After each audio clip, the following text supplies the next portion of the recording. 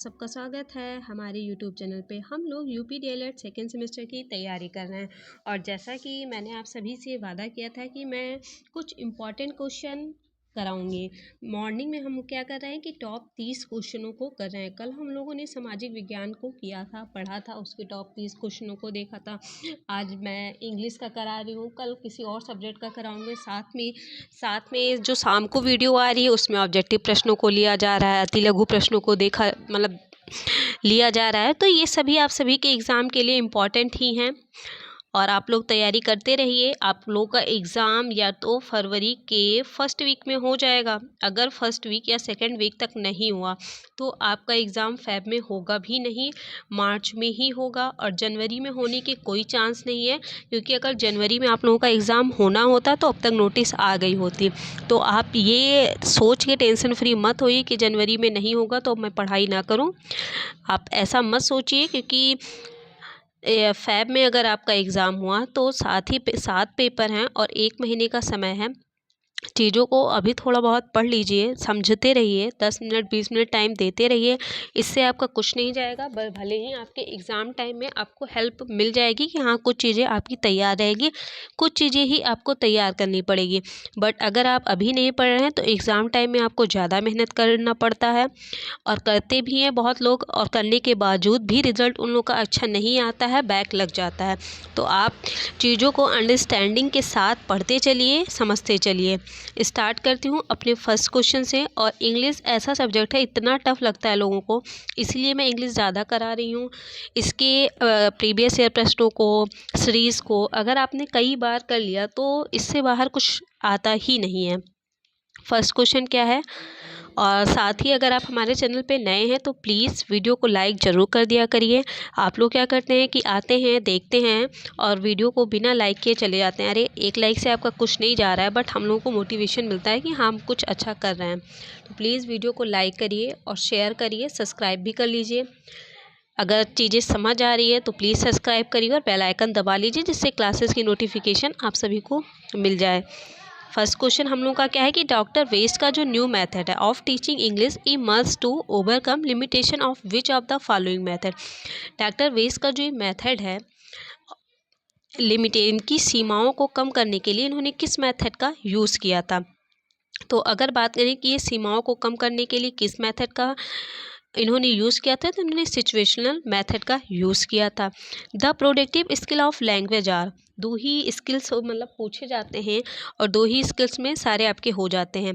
Skills मैंने बताए थे कितने हैं, 4 हैं, LSRW। अगर आपने एक भी स्किल्स अच्छे से याद कर लिया तो सेकेंड आप अपने आप कर लेंगे। प्रोडक्टिव स्किल में क्या है, स्पीकिंग और क्या आ जाएगा, राइटिंग, नहीं सॉरी SW आता है, स्पीकिंग एंड राइटिंग। बोल रही हूँ बट रीडिंग लगा रही हूँ। SW आपका क्या हो जाएगा, प्रोडक्टिव स्किल हो जाएगा। स्पीकिंग एंड राइटिंग होता है, प्रोडक्टिव स्किल आपका क्या होता है, SW। आप ऐसे ही इसको याद कर लीजिए, ऐसे आप भूल जाएंगे, बट इसको ऐसे ऐसे डायग्राम बना के, फिगर बना के अगर चीज़ों को थोड़ा बहुत समझेंगे तो चीज़ें ज़्यादा देर तक रहती है दिमाग में। प्रोडक्टिव स्किल S और SW आपके क्या हो गए, प्रोडक्टिव स्किल हो जाएंगे, speaking and writing. Phonetic is the science of, phonetic is the science of, तो फोनेटिक किसका साइंस है, तो ये साउंड का है। Phonetic is the science of sound, है ना। Choose the correct article from the following in the fill in the blanks. He has been teaching for hour, hour में क्या हो जाएगा, ए लग जाएगा, है ना। आवर में एन लग रहा है, क्या लग रहा है, एन लगेगा। बड़ा से लिखते हैं ना, छोटा, है ना। स्वर जो होते हैं उसमें क्या लगता है, एन लगता है। वैसे भी चीज़ों को देख लीजिए एक बार, आप खुद से भी चीज़ें कैरी कर लिया करिए। Choose the correct spelled word, grammar का सही स्पेलिंग कौन सी है इसमें। तो मैंने आप सभी को बताया कि जो स्पेलिंग सेम है, ज़्यादातर दिख रही है, तो वो आपकी हो नहीं सकती है। और वैसे भी ग्रामर की स्पेलिंग कोई बहुत बड़ी स्पेलिंग नहीं है जिसको आप याद ना कर पाएँ, तो आप इसको याद कर लीजिए। ये बार बार एग्ज़ाम में पूछा जा रहा है और आप एज ए BTC स्टूडेंट तो आपको ग्रामर की स्पेलिंग तो आनी ही चाहिए। How many consonant between A to Z, A to Z में कितने कॉन्सोनेंट होते हैं। अगर बात करें तो 21 होती है। वावेल कितने होते हैं, 5 होते हैं, A E I O U। अगर आप इन पांचों को निकाल देंगे तो 21 कॉन्सोनेंट बचेंगे। How many kinds of degree, बात करें कितने डिग्री होते हैं, how many kinds of degree, तो 3 डिग्रीज होते हैं। सुपरलेटिव, कंप्रोलेटिव, ऐसे ही एक और कोई है। Which language is the regarded as a second language in India, English. English को क्या किया गया है, सेकेंड लैंग्वेज के रूप में इंडिया में अपनाया गया है। According to the Bloom teaching objective are, मैंने ब्लूम का एक आप लोगों को थोड़ा ट्रिक बताया था कि इनके जो क्या हैं टीचिंग ऑब्जेक्ट्स हैं उसको कैसे याद कर सकते हैं। तो आप इसको CAP कैप से, कि ब्लूम साहब कैप लगाते थे। C से आपका कॉग्निटिव हो गया, A से अफेक्टिव हो गया, P से क्या हो गया, साइकोमोटर हो गया, है ना। तो कॉग्निटिव, अफेक्टिव, साइकोमोटर, ऑब्जेक्टिव, तो इसलिए इनका आंसर क्या हो जाएगा, ऑल ऑफ एबव हो जाएगा। Next, which of the following approach is now as evaluation approach, तो इवेल्युएशन अप्रोच किसकी है, ब्लूम की है। Next, poetry teaching is the objective, poetry teaching क्या कर रहा है, डेवलप, एंथेसाइज sense, train the emotion, appreciation abilities, इसलिए इसका right answer all of above. The object of teaching are achieved by, the objective of teaching are achieved by, strategy बना के हम किसी भी चीज़ को क्या कर सकते हैं, अचीव कर सकते हैं।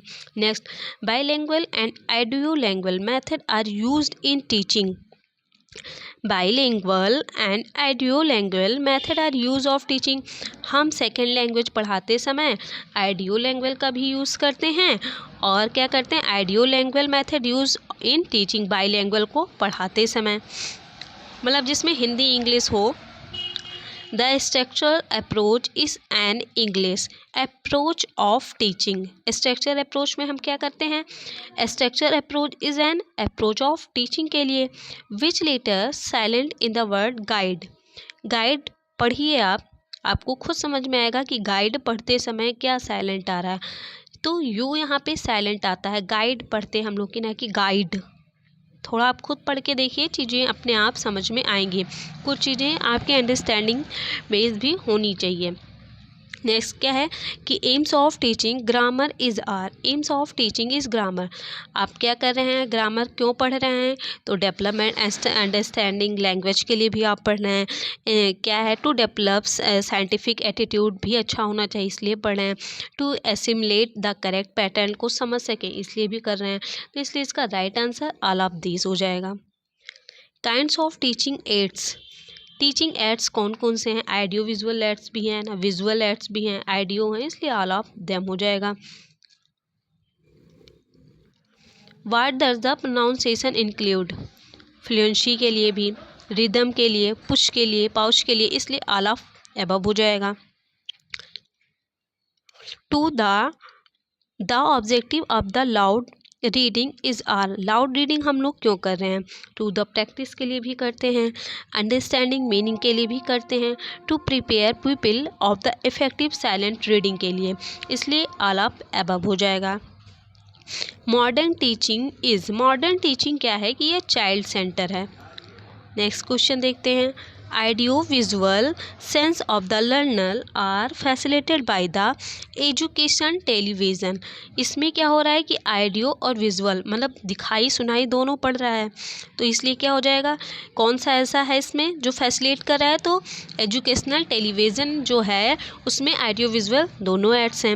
Next, the most effective media, radio है या टेलीविज़न है, अगर हम बात करें तो टेलीविज़न है, क्योंकि रेडियो में आप सिर्फ देख सकते हैं बट टेलीविज़न में आप देख और सुन सकते हैं। Next, recapitulatory question are the asked after, recapitulatory question are asked after किसमें हम करते हैं, संक्षिप्त question are asked after, recapitulatory question are asked last में, लास्ट सेक्शन में हम करते हैं। Which of the following composition does not, क्या है, does not provide opportunities of the student for the free thinker, तो गाइड कंपोजिशन क्या है, ये फ्री थिंकिंग नहीं प्रदान कर रहा है। आप डज नॉट था, जहाँ पे नॉट आ जाए तो थोड़ा इसको अंडरलाइन करके 1 सेकेंड के लिए रुक जाया करिए और चीज़ें पढ़ लिया करिए दोबारा। कि आपको समझ में आ जाए। Grammar is thought by the method inductive method. Good quality of hand writing is simplicity होनी चाहिए, उसमें ब्यूटी होना चाहिए, स्पेसिंग होना चाहिए, इसलिए ऑल ऑफ अबव होगा। Next, method approach of teaching is are. ये क्वेश्चन शायद फिर से रिपीट हुआ है, तो इसमें क्या होना चाहिए, structure, grammar, translation method, direct method, all of the above हो जाएगा। A thing of beauty is joy, who said this, तो इसने कहा था, जॉन कीट्स ने कहा था। Next, what is the nickname of structure. Structure approach का निक नेम क्या है। अगर बात करें स्ट्रक्चर अप्रोच के निक नेम की, तो ये ओरल अप्रोच है। विच of the following grammar is thought including functional grammar. Functional grammar में क्या हो रहा है कि थॉट इंक्लूड है। हम लोगों ने 30 क्वेश्चनों को देख लिया। इसके आगे मैं नहीं कराऊंगी कि मैं 30 क्वेश्चन को ही लेके चलूँगी कि ज़्यादा समय भी ना लगे और चीज़ें आपको मिलती रहे और आप चीज़ें पढ़ते रहें। कम समय में थोड़ी थोड़ी चीज़ें देखते रहिए, क्योंकि अगर आप टेंशन फ्री होके पढ़ बैठ जाएंगे कि आप लोगों का एग्ज़ाम जनवरी में नहीं होगा और फ़ेब में भी अभी कुछ कहा नहीं जा सकता। अगर फ़ेब में होगा तो जनवरी में आपको नोटिस आ जाएगी कि हाँ आपका एग्ज़ाम फ़ेब में है, बट दिसंबर में आना, मतलब जनवरी में होता तो दिसंबर में नोटिस आ जाता, बट आया नहीं, इसलिए तो जनवरी में होगा नहीं। फ़ेब होना होगा तो फ़ेब सेकेंड वीक, मतलब कि 10 से 12 फरवरी तक हो जाएगा। अगर नहीं हुआ तो फिर आप लोगों का एग्ज़ाम मार्च में जाएगा। तो आप टेंशन फ्री होके मत बैठिए कि हाँ देखते हैं पता नहीं कब हो, क्योंकि अगर एग्ज़ाम डेट आ गई तो मुश्किल से 20 से 25 दिन फॉर्म भरने और एग्ज़ाम होने में समय मिलता है। उसमें भी बहुत से बच्चे ऐसे सोचते हैं कि 10 दिन पहले, हफ्ता भर पहले पढ़ लेंगे, तो वो बच्चे बहुत ही गलत सोचते हैं और गलत करते भी हैं। उन्हीं बच्चों का बैक लगता है। और जो बच्चे अभी थोड़ा थोड़ा पढ़ रहे हैं वो बच्चे टेंशन फ्री रहेंगे। हाँ वो हफ्ते भर पहले पढ़ेंगे, बट हफ्ते भर पहले वो थोड़ा ज़्यादा सीरियस होकर पढ़ते हैं, इसलिए क्योंकि वो पहले से कुछ चीज़ें तैयार करके रखते हैं। तो आप ऐसी गलती मत करिए, चीज़ों को पढ़ते रहिए, थोड़ा बहुत ही पढ़िए बट पढ़िए ज़रूर। और मिलती हूँ शाम को अपने नेक्स्ट वीडियो में 7:30 बजे। आप लोग लाइव आ जाया करिए, हमारी वो क्लासेस लाइव रहती है।